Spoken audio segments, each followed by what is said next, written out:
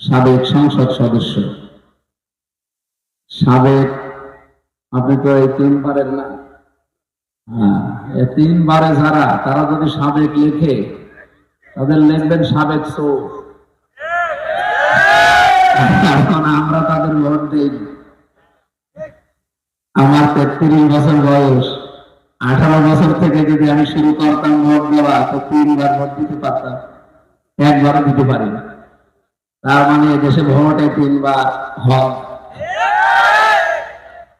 কিন্তু দুঃখজনক হল সত্য, যিনি পালিয়েছে উনি কিন্তু এখন এই নতুন আর একটা কি ঝামেলা শুরু করেছে। এখন বিশ্বের যারা মডেল আছে তাদেরকে উনি শোনাচ্ছে যে আমি নির্বাচিত ছিলাম, আমাকে উৎখাত করা হয়েছে।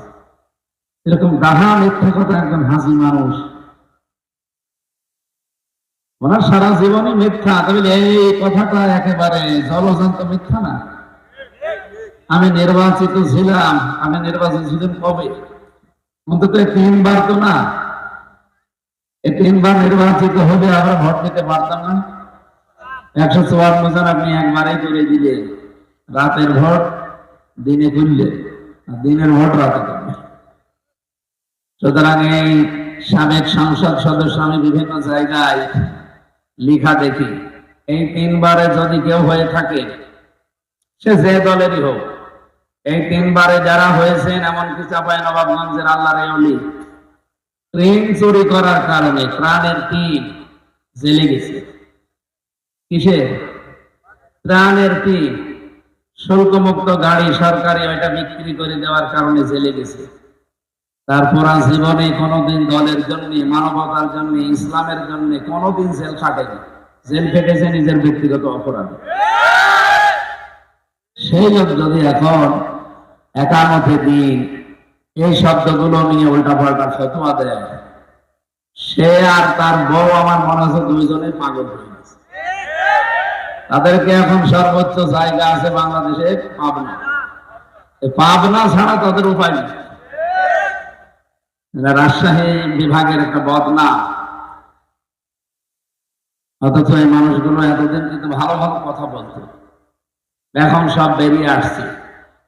তারা গোপনে যে ষড়যন্ত্রগুলো করেছিল সিম্পেথি পাওয়ার জন্য, ইয়া আইয়ুহাল্লাযীনা আমানু মা ইয়ারতাদ্দা মিনকুম আন দীনিহি ফাসাওফা ইয়াতিল্লাহু বিকাওমিন ইউহিব্বুহুম ওয়া ইউহিব্বুনাহু ইলা আখির আয়াত।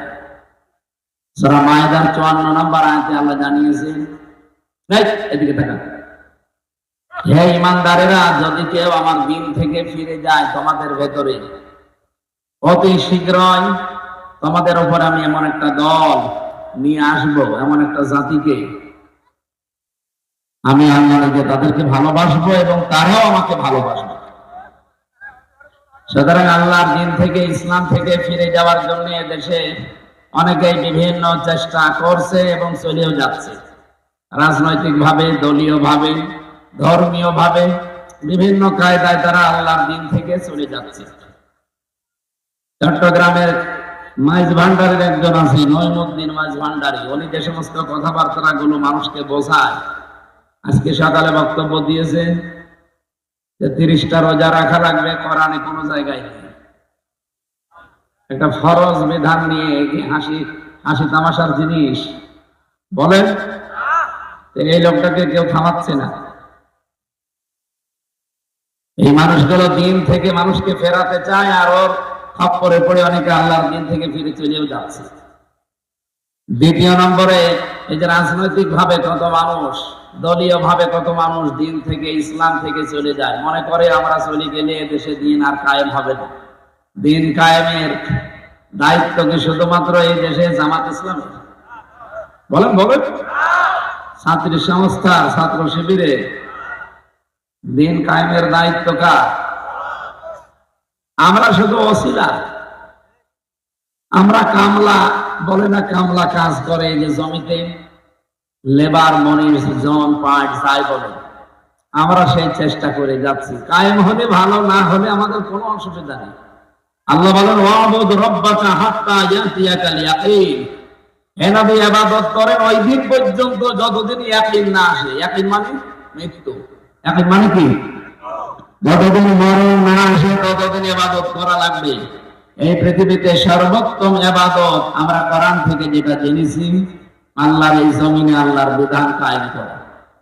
আল্লাহ লাহুল খালকু ওয়াল আমর, সৃষ্টিটা বিধান চলবে তা, এর উপরে কোনো ইবাদত আছে?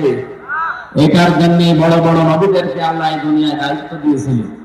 হযরত মুসার নাম শুনেছি, হযরত ঈসার নাম শুনেছি, হযরত নূহর নাম শুনেছি, হযরত ইব্রাহিম নবীর নাম শুনেছি, এমনকি আমাদের নবী মুহাম্মদ রাসূলুল্লাহ সাল্লাল্লাহু আলাইহি ওয়াসাল্লাম প্রত্যেকের একই কাজ ছিল, আকিমুদ্দিন, দিন কায়েম করে, ওয়ালা তাতাফাররাকু ফি, এই বিষয়ে কোনো ফতোয়াবাদী চলবে না। সুতরাং বাংলাদেশে আমরা যেই মতে পথে যেই লাইনে আছে, মাসলাকে আছে, করেন আপনার কাজ। আপনার টার্গেট থাকা লাগবে কি করে জমিনে আল্লাহর বিধান কায়েম হয়। এই জায়গায় কোনো ফতোয়াবাজি চলবে বলেন? কারণ সৃষ্টি যিনি তৈরি করলেন তার হুকুম না চললে ওই জিনিস অচল হয়ে যায়। মোটরসাইকেল যিনি বানিয়েছেন একটা বই দিয়ে দেয় যে কিভাবে চালাবে, ওই অনুযায়ী না চালালে আপনার মোটরসাইকেল টিকবে? বলেন না কেন? যেখানে গিয়ার দেওয়া দরকার গিয়ার না দিয়ে আপনি আরো ব্রেক চেপে ধরেছেন, কিয়ামতের আগে যাবে? এখানে যিনি বানায় তিনি ভালো জানে যে কি করে চলা লাগে। আমি বানিয়েছি, এখানে হুকুম আমি দিয়েছি, আইন দেওয়ার মালিককে। সুতরাং এই বিষয়গুলোর সামনে আমরা নিয়ে আসলে যেটা সামারাইজ হয়, এক কথায় প্রকাশ যেটা বলে, পৃথিবীতে একমাত্র কেবলমাত্র শুধুমাত্র বড় ইবাদতের ভেতরে অন্যতম এইটা যে আল্লাহ দিন কায়েমের চেষ্টা করা।